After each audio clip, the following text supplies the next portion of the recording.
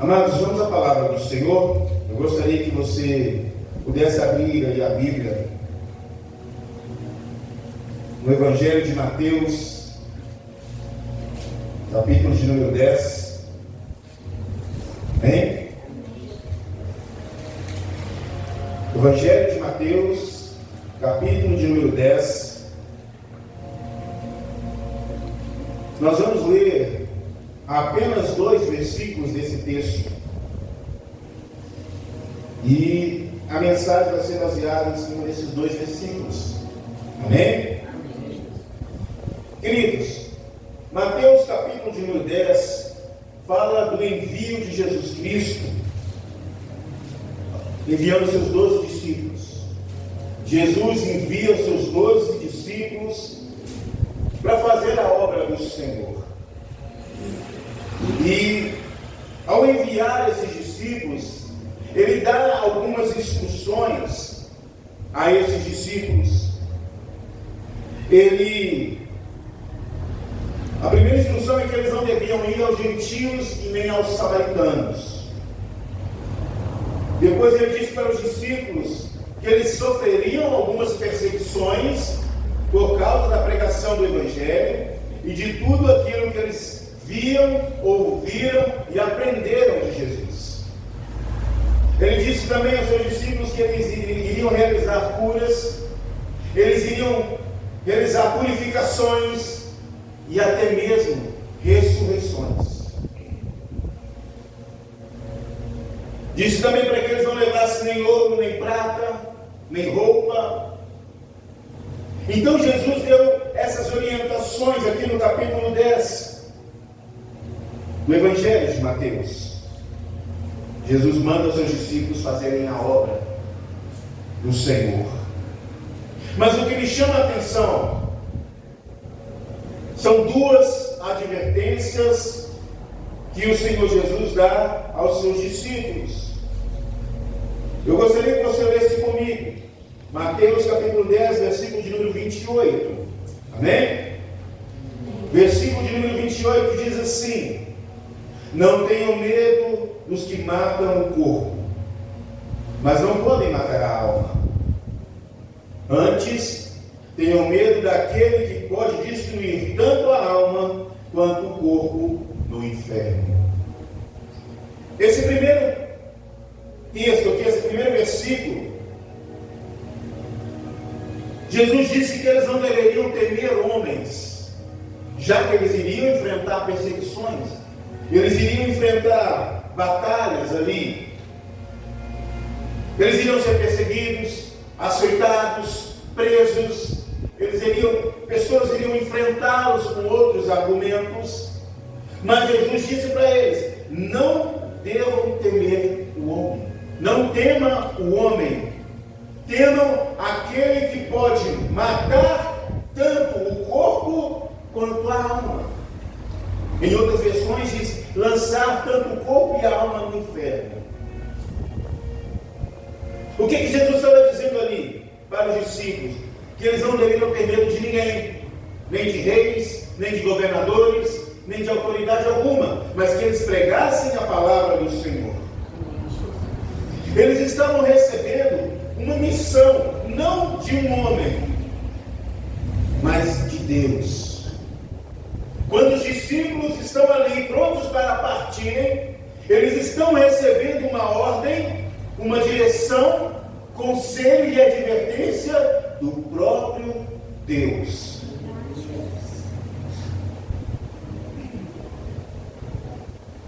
Por isso é que eles não deveriam temer homens, mas deveriam temer Deus que estava o enviando.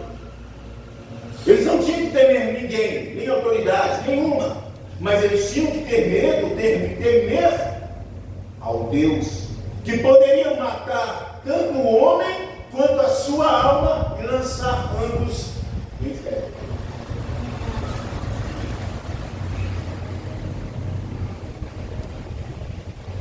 E outro conselho, e uma outra direção que Jesus dá para os discípulos é que eles deveriam confessar.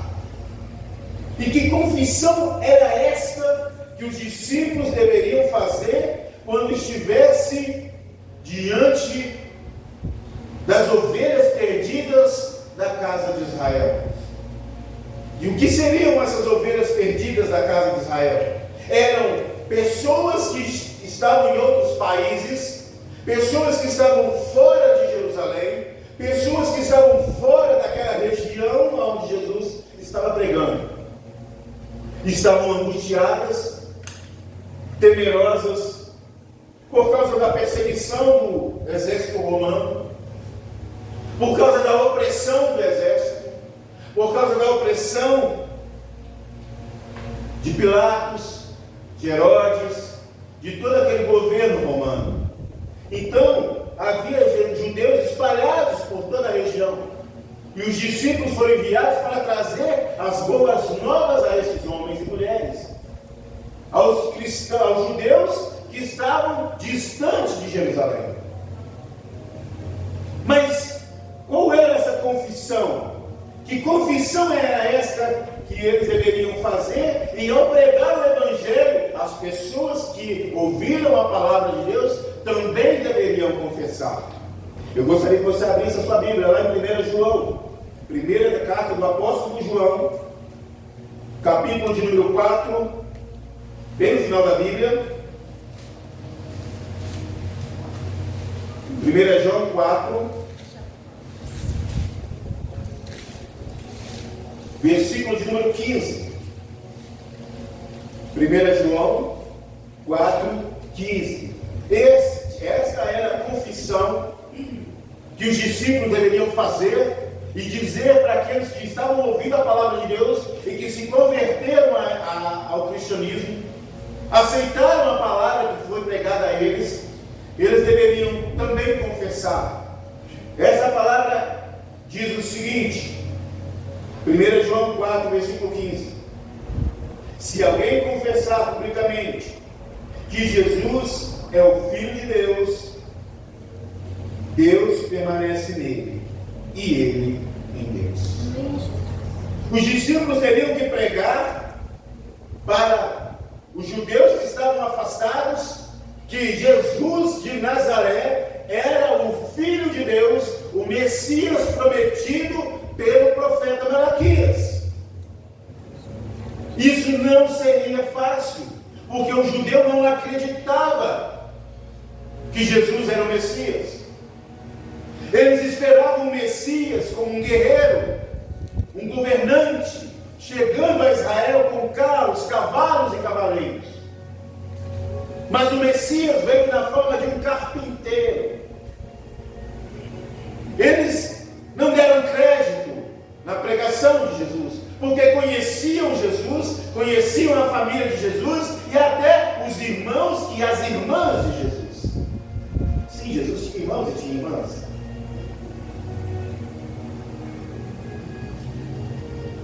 Por isso é difícil você convencer aquele povo de que um carpinteiro era o Messias prometido por Deus e pelos profetas que vieram no passado.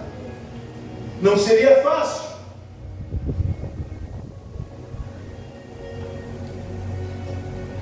Mas o que isso tem a ver conosco? Hoje em dia, o Senhor tem chamado homens e mulheres para trabalhar na obra.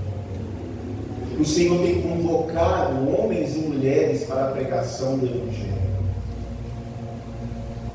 E da mesma forma que os discípulos receberam a incumbência, eles foram aconselhados, direcionados.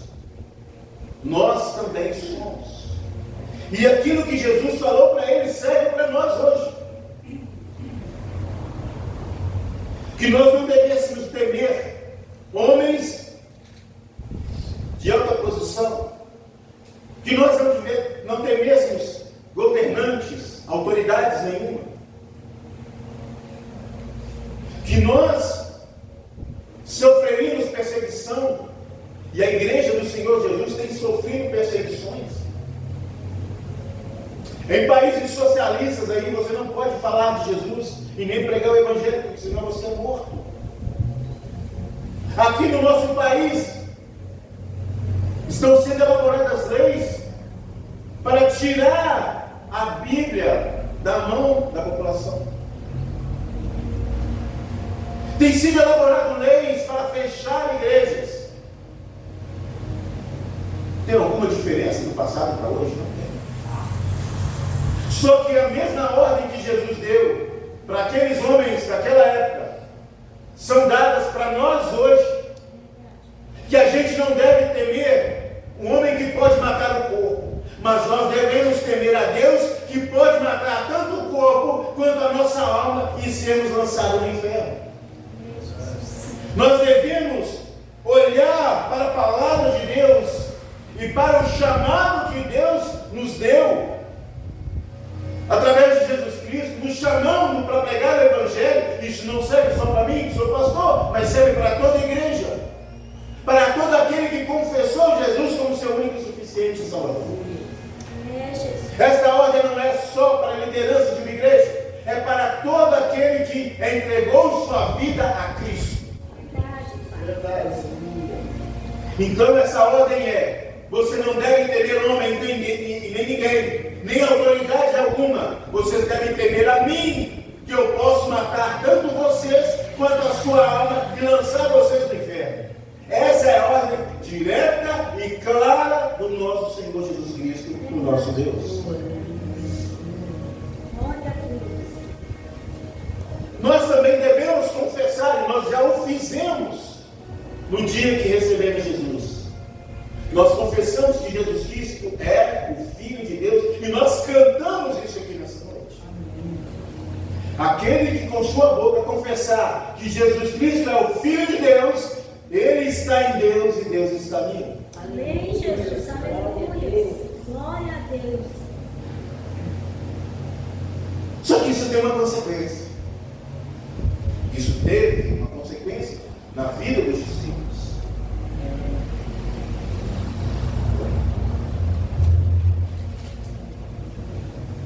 E que consequência foi essa?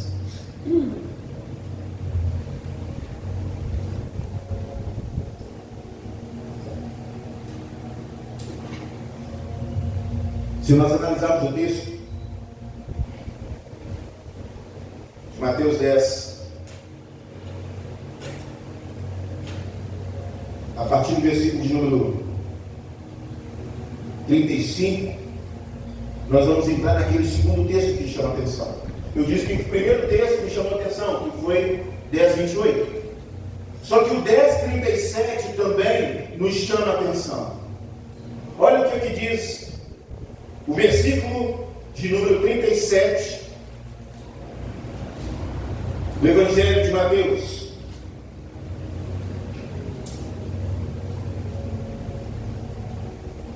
Quem ama seu pai ou a sua mãe mais do que a mim, não é digno de mim. Quem ama seu filho ou a sua filha mais do que a mim, não é digno de mim.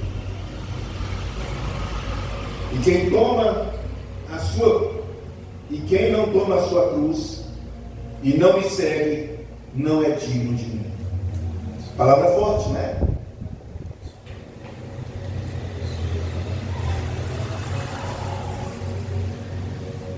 A partir do versículo 35, no 34, melhor dizendo, a palavra do Senhor diz assim: não pensem, isso é Jesus dizendo aos discípulos, ou melhor, ele não estava dizendo aqui aos discípulos, ele estava dizendo isso para a população, porque ele tinha enviado já os discípulos. Então os discípulos já tinham ido e Jesus ficou com toda aquela multidão na frente dele. E aí ele diz isso para toda aquela multidão: não pensem que vim trazer à terra paz. Não vim trazer paz, mas espada. Pois eu vim para fazer que o homem fique contra o seu pai, a filha contra a sua mãe, a nora contra a sogra. Os inimigos do homem serão os da sua própria família. Pastor, o que quer dizer isso? Jesus veio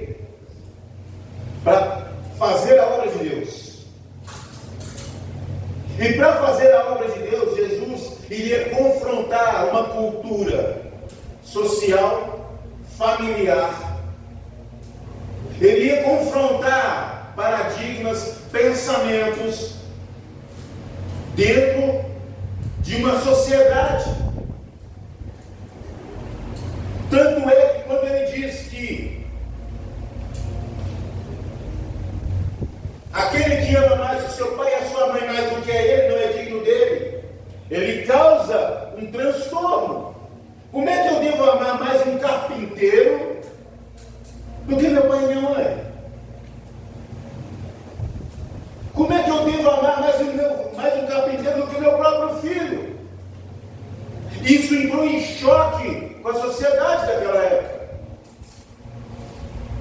Mas eles não sabiam que aquele que estava dizendo essas coisas era o Filho de Deus, sendo assim o próprio Deus. Quando ele diz que ele não veio trazer paz, mas guerra, é que dentro de uma família, hoje, nos nossos dias de hoje, tem pessoas que vão à igreja e outras que não querem saber de igreja. Pais que querem ir para a igreja, mas filhos que querem ser rebeldes e ir para o mundo. Ou filhos que querem ir para a igreja e pais proibindo filhos de ir à igreja. Existem esposos querendo ir para a casa de Deus e esposa fazendo de tudo para que o esposo não vá, e vice-versa. Por isso Jesus disse que ele veio trazer espada. Espada significa guerra, confusão. Mas não uma confusão maligna. Ele veio fazer com que nós confrontemos a nossa sociedade, a nossa família, a nossa cultura, por amor ao seu nome.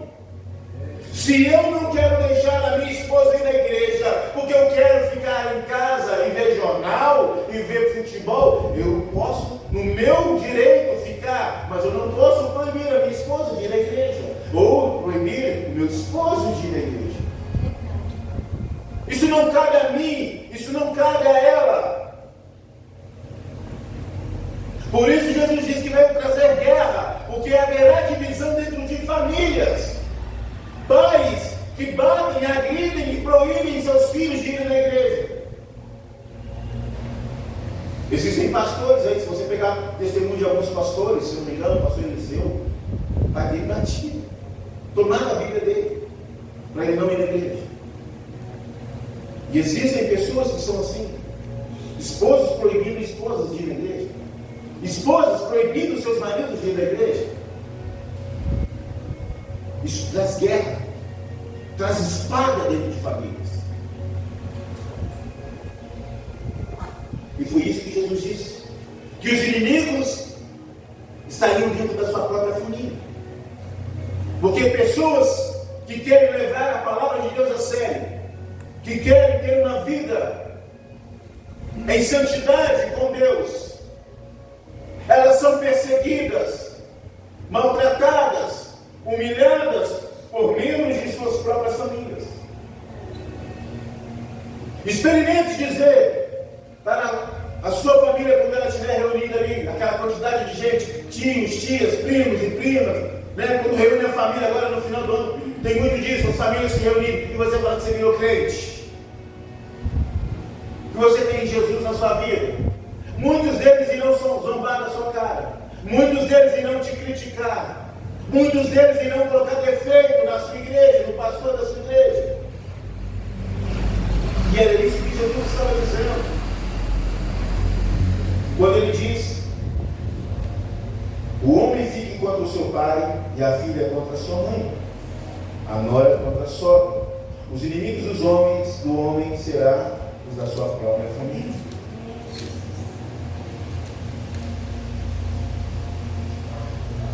No versículo 37 ele diz ainda: quem amar mais o seu pai e a sua mãe mais do que a mim, não é digno de mim. Quem amar o seu filho ou a sua filha mais do que a mim, não é digno de mim. Imagina. Imagina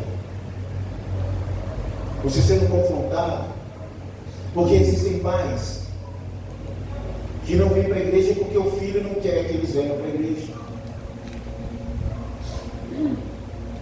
Existem pessoas que fazem de outras pessoas a sua referência. Existem maridos que fazem da sua família a sua referência, enquanto a sua referência tem que ser Cristo. Então Jesus está dizendo: olha, se você ama pai, mãe, filho, filha, esposo, marido, mulher, namorado, trabalho, o que for, se você amar qualquer coisa mais do que a mim, você não é digno de mim. Imagina essa palavra para você. Tem gente que ama mais o seu próprio carro do que a sua própria esposa. Tem gente que ama a sua casa, as suas posses, mais do que a sua família. E é isso que Jesus está confrontando aqui, porque o Evangelho é confronto. É para que você pense, reflita e mude a sua opinião, mude a sua mentalidade.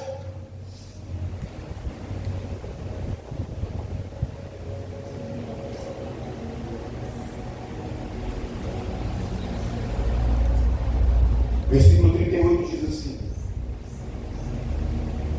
continuando aqui: e quem não toma a sua cruz e não me segue, não é digno de mim. O que vem a ser isso? Tem muitas pessoas que aceitam Jesus, estão na igreja,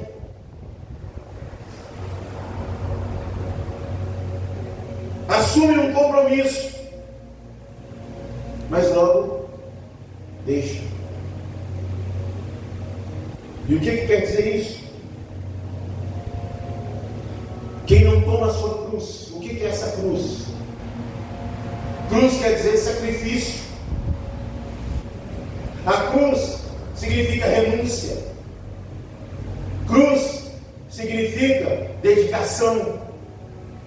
Então, quando você assume um compromisso na casa de Deus, leva até o fim. Porque se você, quando assume um compromisso na presença de Deus, e você larga esse compromisso, a Bíblia aqui, a palavra do Senhor está dizendo: aquele que toma a sua cruz e não me segue, não é digno de mim.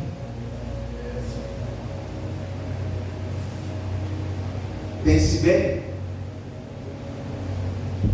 Se você está disposto a fazer, está trabalhando na obra do Senhor.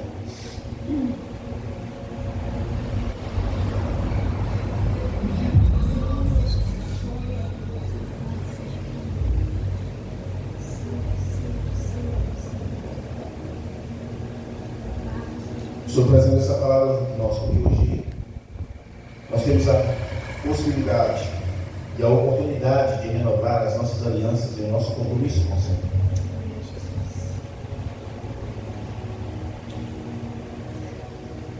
Se eu decido seguir a Cristo,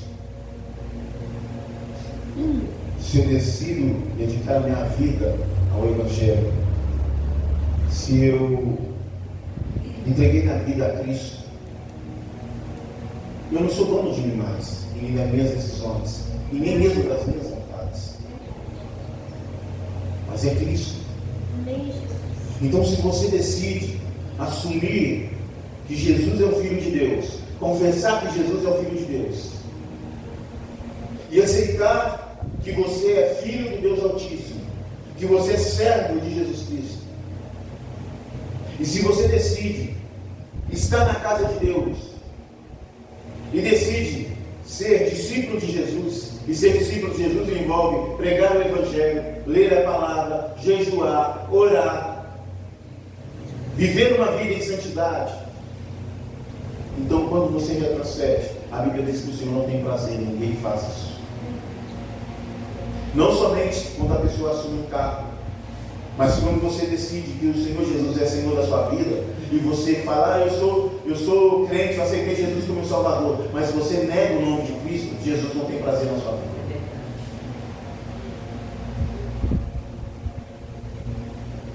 E a própria palavra do Senhor no Evangelho, agora o Evangelho de João, não carta, mas Evangelho de João diz assim, eu vou ler para vocês.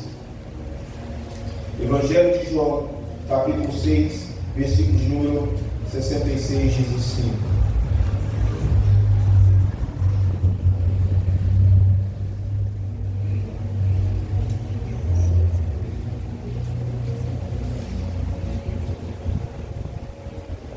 daquela hora em diante, muitos dos discípulos voltaram atrás e deixaram de seguir.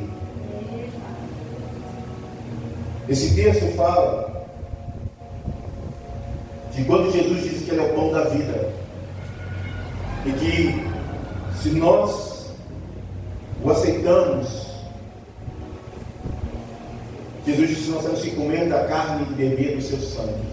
E o que era isso? Para eles entenderem, é que seria um ato de canibalismo. Mas aqui o que Jesus está dizendo é: se vocês me aceitaram como Filho de Deus e como Senhor das suas vidas, e em todas as suas reuniões vocês fizerem um ato em minha memória, depois da minha morte, que é a ceia do Senhor, vocês estarão comendo da minha carne, que é o pão, e bebendo do meu sangue, que é o vinho, o suco de vinho. E era isso que Jesus estava dizendo, mas eles entenderam de forma errada. Por que entenderam de forma errada? Porque não prestaram atenção na palavra de Deus, não tinham compromisso com Jesus, não tinham compromisso com Deus. E quando eu não tenho compromisso com Deus, a voz de Deus não chega até o meu coração. E se não chega no meu coração, também não chega no meu entendimento, não chega na minha mente. E por isso, muitos daquela hora em diante muitos discípulos deixaram de seguir Jesus. Jesus não tinha só os 12, ele tinha muitos discípulos. Amém? E o que vem isso? O que isso serve para nós hoje?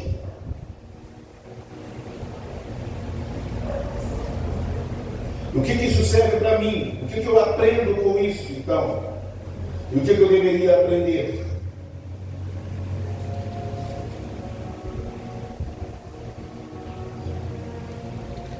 Lá em Eclesiastes, se eu não me engano, 5 diz assim: não te apresses em pronunciar palavra alguma e nem fazer votos com a tua boca quando entrar na casa de Deus. É melhor você entrar e ficar calado do que você entrar e fazer votos.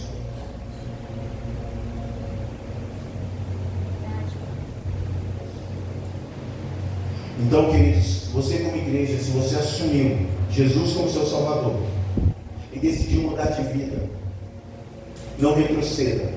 Porque se você virar as costas para Jesus, Ele não tem prazer na sua vida.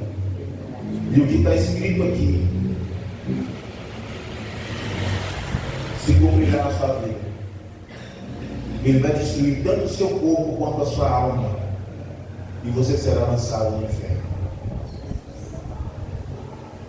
Nós devemos sempre estar lembrando disso, termos isso em mente. O interessante é que no versículo 39, continuando o texto aqui, ele diz: quem acha a sua vida, a perderá, e quem perde a sua vida, por minha causa, a encontrará. E o que quer dizer isso? Se a sua razão de viver não for Cristo, você está morto. Como eu disse, se a sua razão de viver for o seu trabalho, for suas posses, for alguma coisa que não seja Cristo, já era. O Senhor não tem prazer em você e você está bom de ser lançado no inferno. Isso quer dizer, quem achar, ou quem acha a sua vida. Isso quer dizer o quê? Que tem gente que a vida dele se resume no trabalho, na casa, no carro, em qualquer outra coisa, e não em Cristo. E o versículo continua dizendo: e quem perde a sua vida por minha causa, a encontrará. E o que vem a ser isso? Muitos de nós temos que viver de renúncia. Muitos de nós temos que viver separados da vontade da carne. Ele diz que aquele que perder a sua vida, muitos que largaram a bebida, o cigarro, o vício, a prostituição, o inimigo ainda tem tentado nessas áreas, mas você perdeu a sua vida. Essa vida aqui é a sua vida pregressa, a sua vida antes de Cristo. Aquele que perder a sua vida por minha causa, o que é isso? A causa de você estar vivo, a causa de você hoje ser quem você é, a causa de você ter o que você tem hoje é Cristo. Então, se você perdeu o seu vício, a sua prostituição, as suas drogas, tudo aquilo que você fazia no passado por amor e por causa de Cristo, a sua vida foi encontrada. Aleluia. E a sua vida se encontra em Cristo. A sua salvação é Cristo. O apóstolo Paulo diz que ele refuta, ele larga todas as coisas. Ele tem tudo aquilo que ele conquistou como nada, como esterco. A vida dele já não serve para mais nada, porque agora a vida dele, ele vive a sua vida em Cristo Jesus.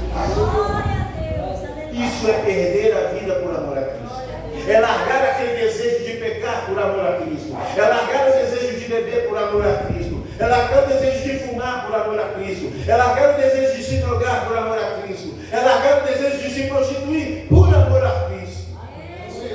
Isso quer dizer, aquele que perder a sua vida, por minha causa, a encontrará. Glória a Deus. Então pense bem, se você está disposto a seguir a Cristo, porque vai ser requerido isso de você. Isso vai ser cobrado de você. As dificuldades e as provações de seguir a Jesus. Não é fácil. Verdade. Vem para Jesus, vem para a igreja que você vai estar rico. Não. Deus não prometeu riqueza. Jesus prometeu vida eterna. Aleluia, Jesus. Glória a Deus. Para finalizar, Glória a Deus. para você que realmente aceitou Jesus como seu Salvador e decidiu permanecer na presença dele, assim como os discípulos e assim como aquelas pessoas ouviram essa mensagem e muitas delas decidiram seguir o carpinteiro, no versículo 40 diz assim: quem recebe vocês, recebe a mim, e quem me recebe, recebe aquele que me enviou. Sabe o que isso quer dizer? Aleluia, Jesus. Se você prega a palavra de Deus para alguém e alguém aceita essa palavra por intermédio de você, está recebendo a Cristo. Aleluia, Jesus. Recebendo a Glória Cristo, Deus. recebe a Deus. Verdade. Recebendo a Deus, recebe a vida eterna. Glória a Deus. Amém? Glória a Deus. Essa é a palavra, reflita nela durante essa semana, para que você possa entender o tamanho da sua responsabilidade e da decisão que você tomou em aceitar a Jesus como seu único e suficiente Salvador. Glória a Deus. Amém, Jesus. Eu não estou aqui para mentir para ninguém, apenas pregar o Evangelho. Amém, Jesus. Feche teus olhos.